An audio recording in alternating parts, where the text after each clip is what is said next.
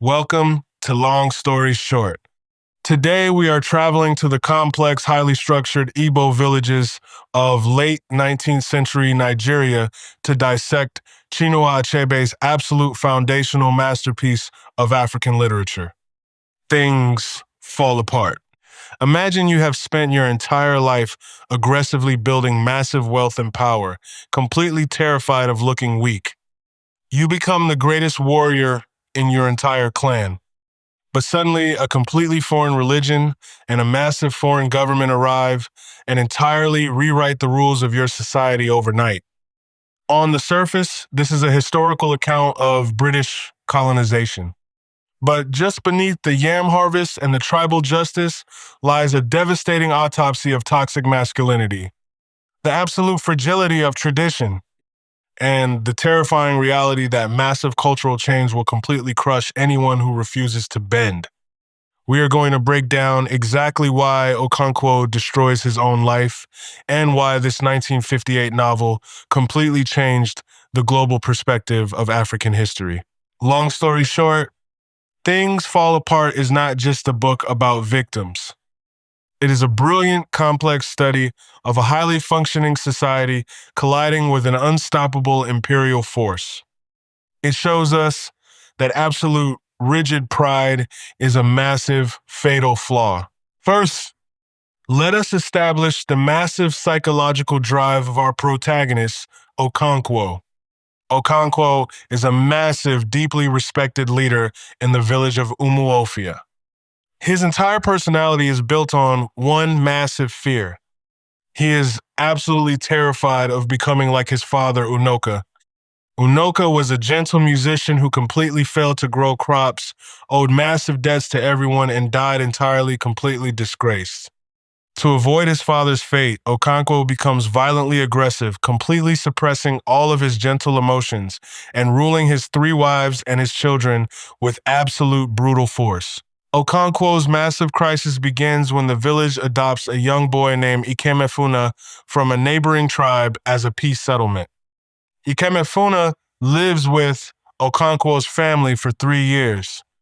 Okonkwo genuinely loves the boy, and Ikemefuna completely helps Okonkwo's eldest son, Nwai, become more masculine. But the oracle of the village eventually decrees that Ikemefuna must be sacrificed. An elder explicitly warns Okonkwo not to participate in the execution because the boy calls him father. But when the men take Ikemefuna into the forest and strike him with a machete, the boy runs toward Okonkwo crying for help. Terrified that the other men will think he is completely weak, Okonkwo draws his own weapon and brutally murders the boy himself. This massive act of violent pride completely shatters his relationship with his son, Nwai, and begins Okonkwo's massive psychological downfall. Later, at a massive funeral celebration, Okonkwo's gun accidentally explodes and kills a young boy. Because killing a clansman is a massive crime against the Earth Goddess, Okonkwo and his entire family are completely exiled from the village for 7 years. They are forced to live in his mother's homeland, completely stripping Okonkwo of all his massive hard-earned political power. If Achebe's deeply immersive Nigerian prose feels overwhelming, and you want to truly understand the devastating impact of European colonialism of the text, you can get the full audiobook entirely for free by starting an Audible trial with my link in the description below.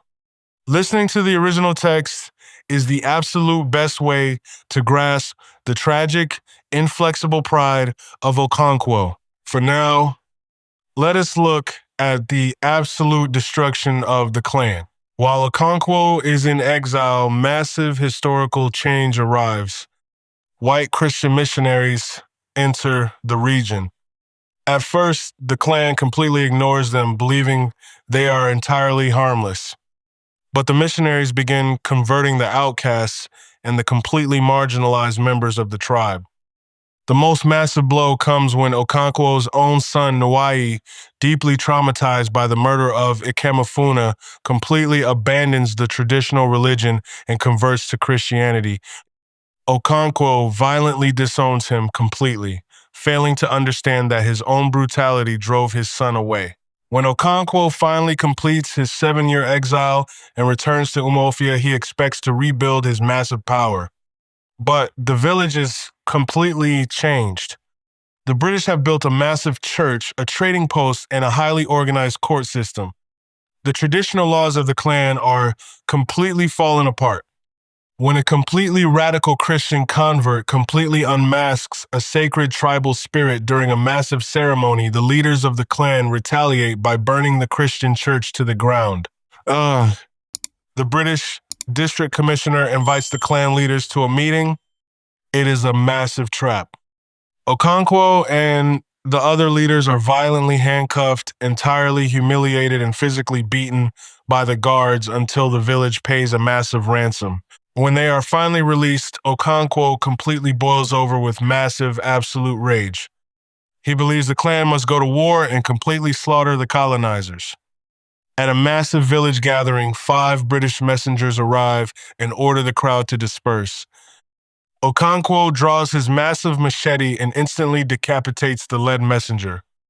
He completely expects the entire village to rise up and fight with him, but nobody moves.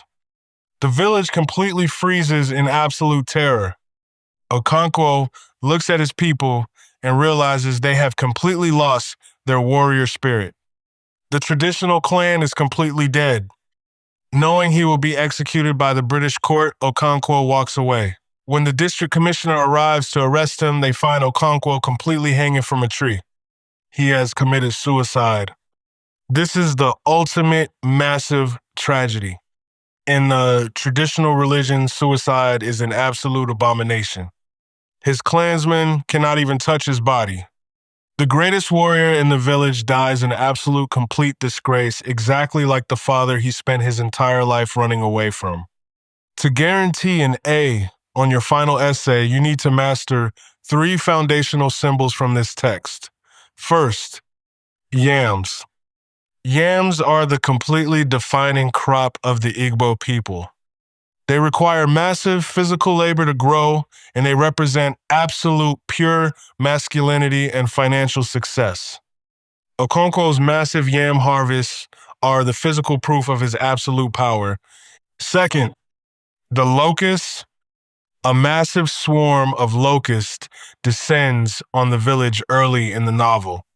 The villagers actually eat them, but the locusts are a massive foreshadowing symbol. They represent the arrival of the white colonizers who will completely swarm the continent and entirely consume the resources and culture of the African people.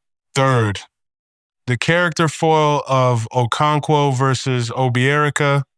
Obierika is Okonkwo's best friend. He is deeply intelligent and constantly questions the completely brutal traditions of the clan. While Okonkwo completely refuses to adapt to any change, Obierika understands that survival requires flexibility, completely proving that Okonkwo's rigid anger is his massive fatal flaw. The ultimate takeaway for your finals: things fall apart completely proves that a culture cannot survive if it refuses to evolve. It teaches us that massive, inflexible pride will completely blind you to the reality of a changing world, ultimately resulting in your absolute destruction. If you have a paper or a test coming up, watching a summary gets you the plot, but reading Achebe's actual prose is where you master the material.